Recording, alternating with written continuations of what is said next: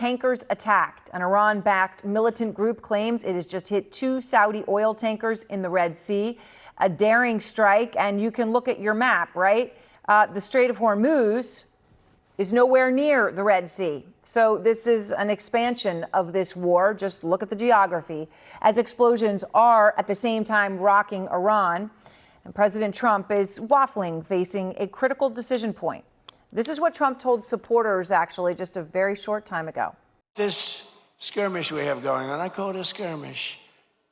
This is with this skirmish we have with the Islamic Republic of Iran, and I call it that because, let me tell you, they're getting hit so hard. Perhaps Trump thinks minimizing it as a skirmish will make Americans think it doesn't matter and isn't a big deal. Maybe like last night when he posted about American troop deaths in what he called a military conflict, clearly making the point that the Iran war isn't a big deal compared to others. But those hollow words, skirmish, come even as Trump threatens to launch the war into completely uncharted and dangerous territory. He writes, from this point forward, anytime the Islamic Republic of Iran shoots at a ship in the Strait of Hormuz, whether it be by missile, rocket, drone, or any other device or weapon, the United States will bomb and destroy, then he puts in all caps, one bridge or power plant, including those located next to or in the capital city of Tehran. Now, threatening bridges and power plants in Iran's capital, and doing so explicitly, right? That's home to 10 million people, almost all of them civilian, is not something any American president has done before. And there's a reason for that. America doesn't threaten countries with wiping out their civilizations. Well, America didn't until Trump did. As for Iran's response, the foreign minister tonight posting, our defense doctrine is clear, eye for an eye. Any aggression against Iran, including our infrastructure, will compel a powerful and decisive response. And as for Trump's skirmish, he says that it is still being fought for one reason. What we're doing now is we're ending any chance where they could have a nuclear missile.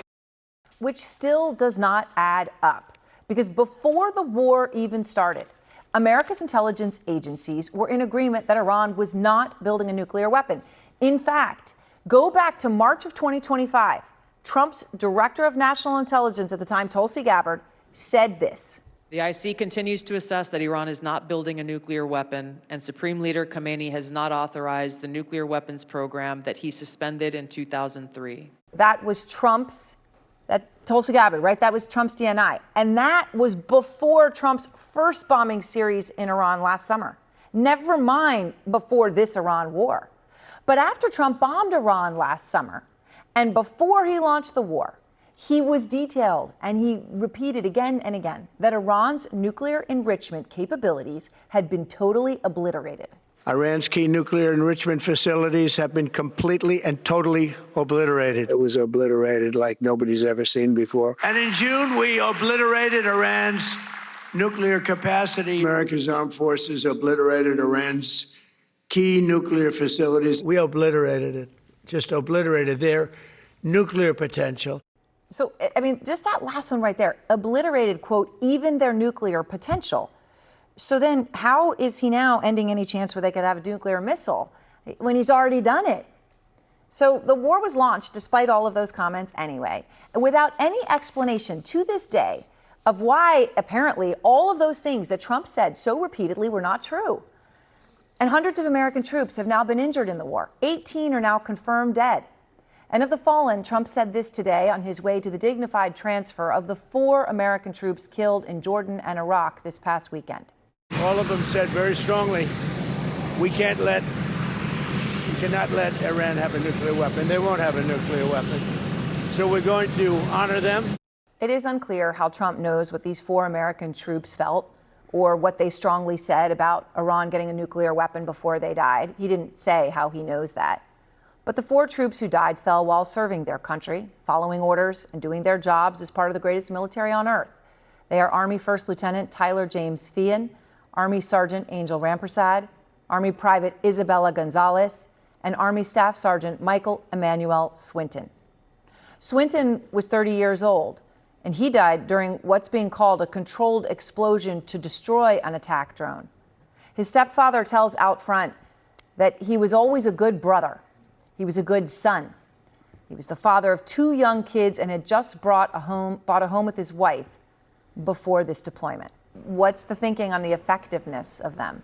Yeah, I am starting to hear some concerns, Aaron, from inside the administration that this strategy of night after night bombings does not seem to be moving the Iranians off of their hardline negotiating positions. And it's leading, I'm told, to some very hard discussions inside the administration about what exactly comes next. You know, the president, we're told, has been receiving options for more escalatory steps. He's been hearing those over the last several weeks. And what you see the Pentagon doing is moving into position forces and firepower in the instance that the president decides to go in that direction. They've been moving the F-16s, the F-35s, the aerial refueling tankers, but so far the president has not executed on some of those options, and instead what the strategy seems to revolve around are these ever-escalating threats against the roads and bridges, against Pickaxe Mountain, that nuclear site that's buried under 400 feet of solid rock.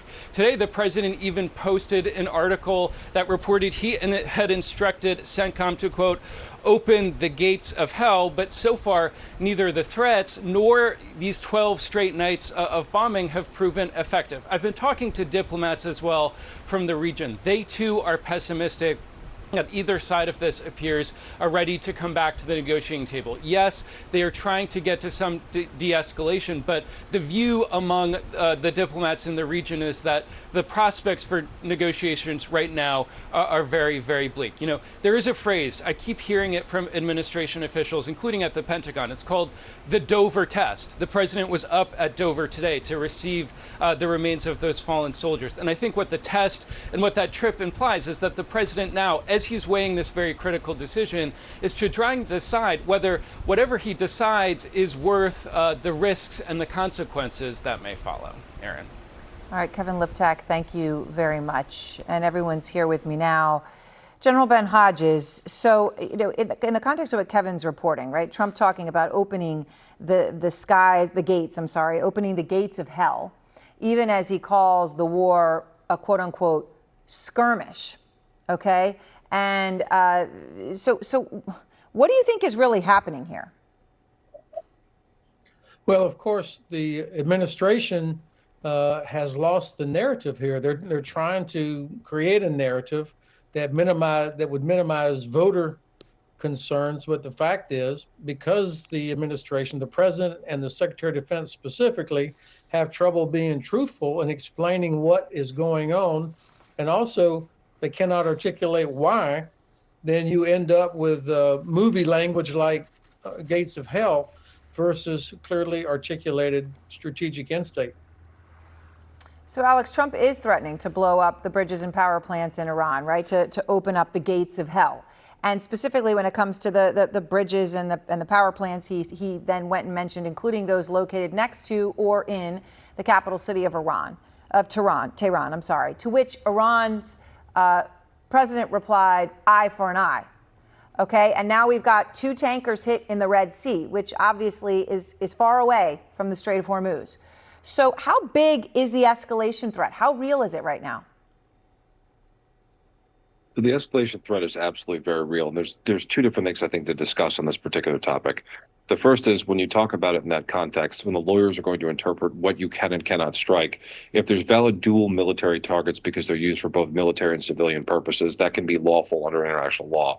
But if you're going to strike them as a means of reprisal and there's not a valid military target, the intentionality is part of what the lawyers are going to interpret as to whether or not that's valid.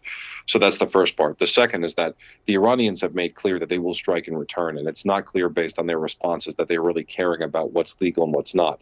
Some of the neighboring Gulf states they've been striking only have 4 days of potable water. So if they were to go after those desalinization plants and they were to target some of the electrical infrastructure, or if they were to go after oil and gas, there would be catastrophic, potentially humanitarian as well as economic damage as a result of that.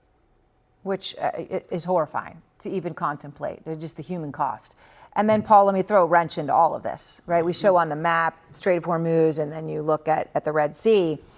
The Washington Post is reporting that Trump is weighing military strikes in another country, really far away from here, actually in Africa. It's not even on this part of the map, okay, all the way over on the west coast of Africa, Mali, landlocked country. So that would be the 8th country that he has had military strikes against since he's been back in office. What's your reaction to that? Welcome to Trump's forever war. It's not just about war in Iran. It is war in Iran. It's about war around the world. And what's been obliterated is the American respect. What's been obliterated is the checks and balances from Congress. What's been obliterated is our economy. And what's been obliterated is the ability of the American government to slow down a president who wants to just wage war anywhere, anytime, any place. Yesterday was important because they finally asked for money, right, in a way that put them in front of Congress in a deferential position. But Congress has failed to stop him from doing anything. They can't get him out of Iraq. They can't Iran. They can't stop him from hitting Mali. And he's all gas and no brakes. And this has always been the worst case scenario for a president like Trump that does not care about public opinion, maybe doesn't care about the midterm elections, and definitely doesn't care about what Congress has to say. Because now we've got 4 Americans coming home in flag draped coffins. And that is the real cost of war that Americans aren't ready for.